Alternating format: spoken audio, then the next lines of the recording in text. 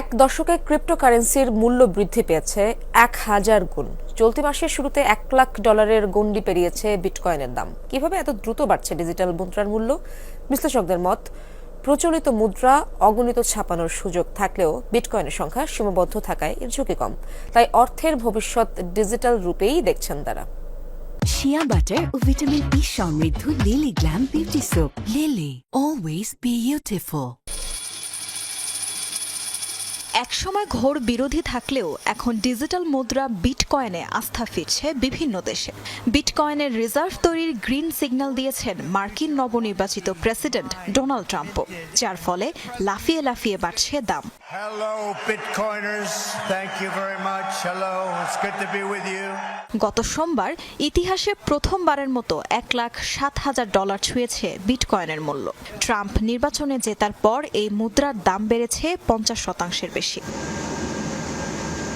এবার বিশ্বের সবচেয়ে শক্তিশালী অর্থনীতির দেশ যুক্তরাষ্ট্রেও তৈরি হয়েছে ক্রিপ্টো বান্ধব মনোভাব।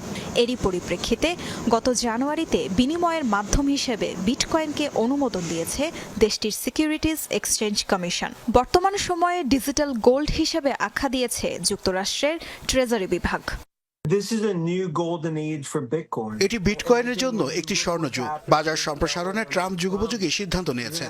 আমার মতে 2026 সাল নাগাদ বিটকয়েনের মূল্য 1.5 লাখ থেকে 2 লাখ বৃদ্ধি পাবে। কংগ্রেসও বিটকয়েন রিজার্ভ বৃদ্ধিতে সমর্থন দিয়েছে।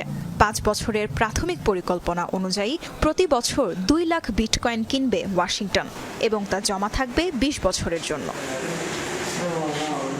ডিজিটাল মুদ্রার গ্রহণযোগ্যতা বাড়ার পিছিয়ে আরেকটি বড় কারণ আর্জেন্টিনা সহ কয়েকটি দেশের মূল্যস্ফীতি। দিন দিন দেশটির প্রচলিত মুদ্রার মান কমলেও ডিজিটাল মুদ্রার ক্ষেত্রে চিত্র পুরোপুরি উল্টো।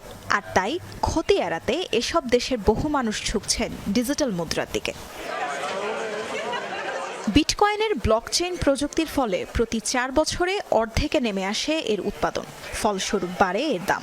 অর্থনীতিবিদ ও বিশেষজ্ঞরা বিটকয়েনের বিনিয়োগকে মূল্যবান সম্পদ কেনার সঙ্গে তুলনা করে থাকেন।